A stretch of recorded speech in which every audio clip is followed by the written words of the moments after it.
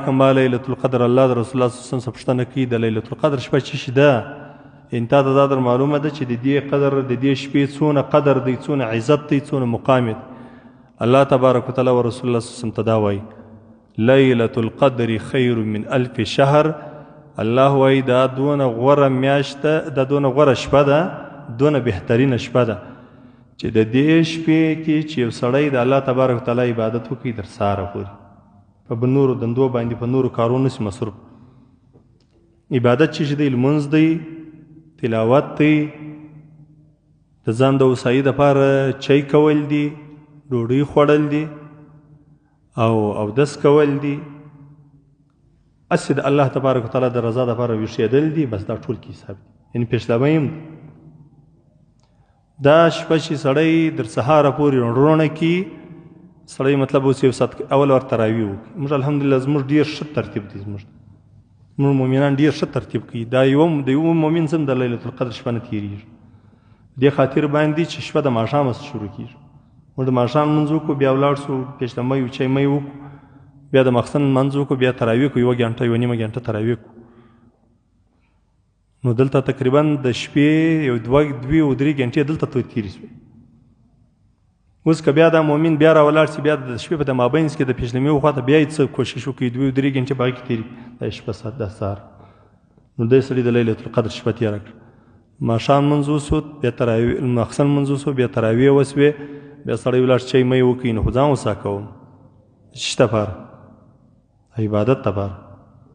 بیا عبادت کومه، بیا پیشلمۍ کومه د څه دپاره؟ سبا روژې دپاره. پیشلمۍ خپله عبادت، بیا تهجد وکم، نور عبادت وکم، صلات تسبیح وکم، د توبې لمونځ وکم، د شکر لمونځ وکم چې الله ما سره دې څونه احسان کړي دی،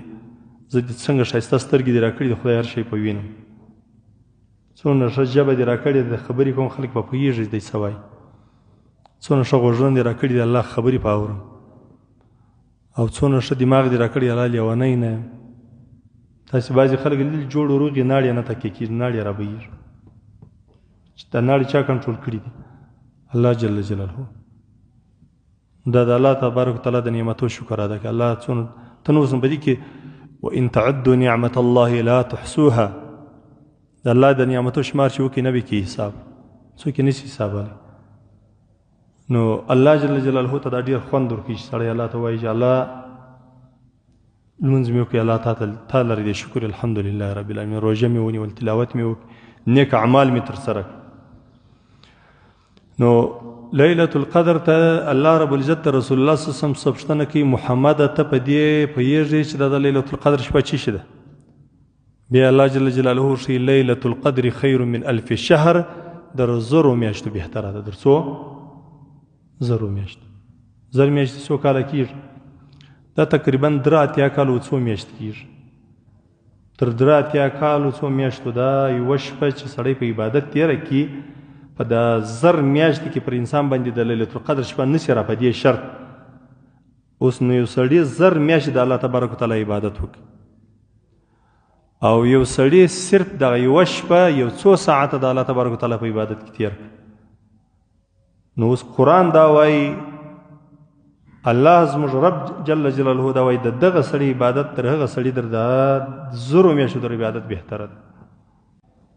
اوس زموږ په دا کلي کې ډېر داسې کسان دلته نږدې کورونه یو ټکی لمونځ نه کوي، روژه هم نه نیسي.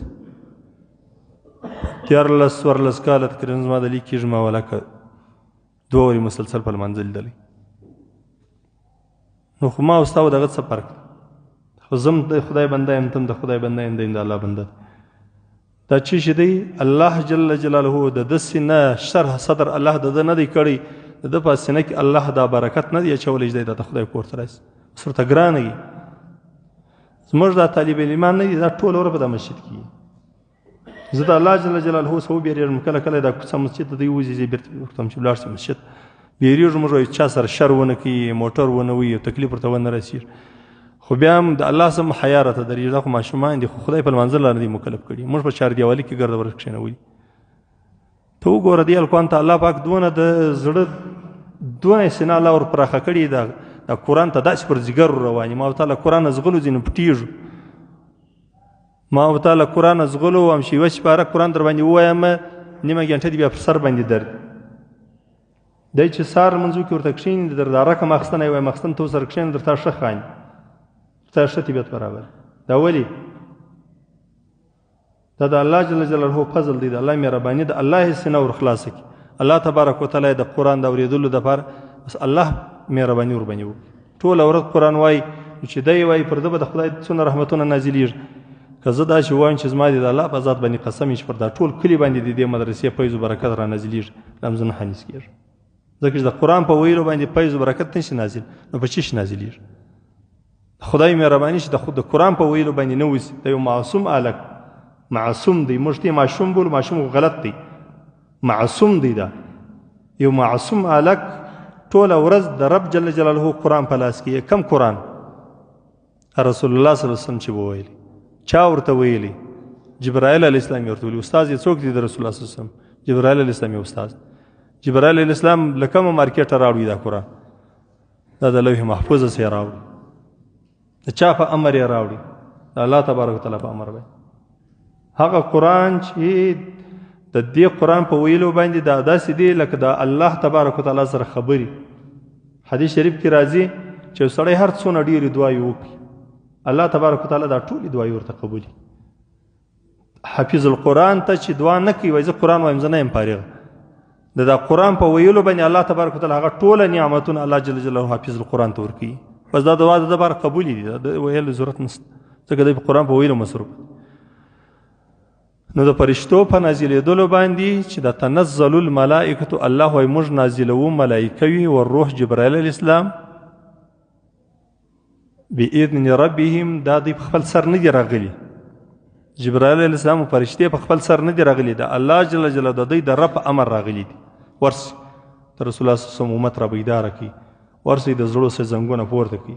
ورسه د رسول الله صلی الله علیه وسلم د امت نر او ښځې زما او خواته توجه راواړوي ورسه د دوی په زړه کې دینداري پیدا کړي ورسه د خپل کرنټ دوی توریله کړي ورسه د خپل د زړو د خپل سینو خوشبویانې و دوی توریله کړي فرشتې دي د اسمان راغلي له جنتو فرشتې راغلي دا فرشتې ستا پر سینه باندې چترېله غورځي د دوی د سینو څخه د دوی د نوراني صورتو څخه الله تبارک وتعالی د دا نوراني مخلوق چې د رب جل جلاله بلا کیف جبرائیل علیه السلام د الله تبارک وتعالی سره د الله انوارات پر ده باندې د الله تجلیات د الله فیوزات برکات پر ده باندې نازلېږي دی له ځانه سره راغلي نو بیا د خلکو پر سینو باندې ورځي هسې بیا سړی څونه پاک کړي د غونه زیات د اندروبه یې کوي د بیرښې یې کوي سانه مثال دا توره شمسي د لمر ته پرته یې دلته وروره بلب درته لګوي تکه سپینه ورځ درته جوړوي توره شمسي د وروره بیرښې درته چارج کړي ټوله شپه یې بیا رڼا درته جوړه کړي دا هغه نوراني مخلوق دی د دغه رب جل جلاله د ځمکو د اسمانو د رب دا بیا دا فیوزات دلته د خلکو سینو ته دغه کوي او کرنټو روان دي برکتو روان دي بیا دا مؤمن د دغه شپې د برکت هسه الله تبارک وتعالی د دین محبت په زړه کې پیدا کړي او ډېر خلک بیا د ډېرو ګناهو توبه وکړي بیا نه کوم الحمدلله زموږ سره بعضې ملګري په اعتکافو کې کښېنستلي دي د ډېرو غټو د ډېرو بدو کارو سره د ډېرو بېکاره کارو سره توبې کړلي نو تنزل الملائکة والروح فيها بإذن ربهم من كل امر دلته بیا د خدای هر امر هره فیصله چې را روان کال کیږي تفصیلی الله فرشتو ته ورکړي چې د آینده کال کې به دا کارونه تاسې کوئ اکثر مفسرین پر دې باندې دي چې د خیر فیصلې الله جل جلاله ورکړي الله دې زموږ او ستاسې او د فلسطین د مسلمانانو په دپاره هم د خیر فیصلې دي الله په موږ واوري